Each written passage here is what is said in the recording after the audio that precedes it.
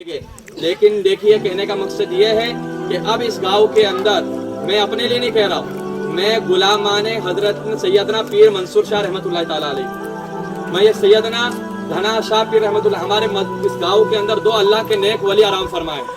سبحان اللہ، سبحان اللہ کے اللہ۔ ایسے نیک ولی ہے کہ جنہوں نے زندگی بسر اس لیے کی کہ کائنات کے اندر سے تمام خرافات غلط چیزوں کو ختم کر دیا جائے، تو وہ زندگی بھر اللہ اللہ کرتے رہے، لوگوں کو دین کی دعوت دیتے رہے، لوگوں کو گانے سے بچاتے رہے، ٹی وی سے بچاتے رہے، لوگوں کو نماز کی طرف لاتے رہے، لوگوں کو داڑھی رکھواتے رہے، لوگوں کو غلط چیز سے دور کرتے رہے۔ جب وہ نیک ولی اتنی محنت کے ساتھ لوگوں کو نیک بناتے رہے اور جب وہ انتقال ہو کے آرام فرما رہے گئے اور جب انہی کے گاؤں کے اندر گانا بجانا ہوگا تو ان کے دل پہ کیا گزرے گی، آپ سوچ رہے ہیں؟ ان اولیاء کرام کو کتنی تکلیف ہوگی جنہوں نے چاہا تھا کہ کائنات کے اندر سے خرافات ختم ہو جائے،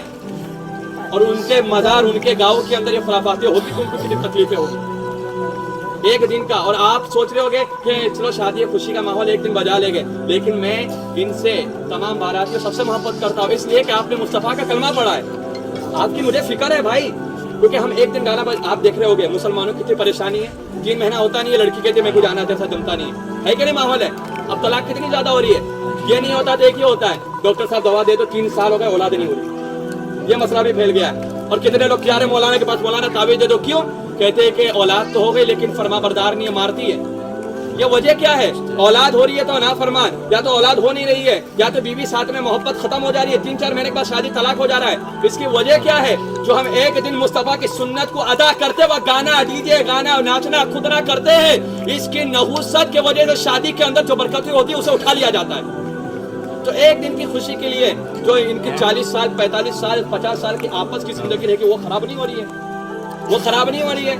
تو اسے بچانا ہے تو یہ گانے بجانے بند کرنا ہوگا۔ ایک دن ناچو گے 40 دن کی پوری زندگی کا سکون چلا جائے گا، ایک دن ناچنے سے سنت رسول کے دائرے میں رہ کر شادی اور نکاح کرو گے تو 45 سال تک اللہ اس کے رسول آپ پر رحمتوں کی بارش عطا فرما دے گا۔ سبحان اللہ۔ تو 45 سال کی زندگی کو اگر اچھا بنانا ہے تو شادی کے اندر خرافات کو ختم کرنا ہوگا۔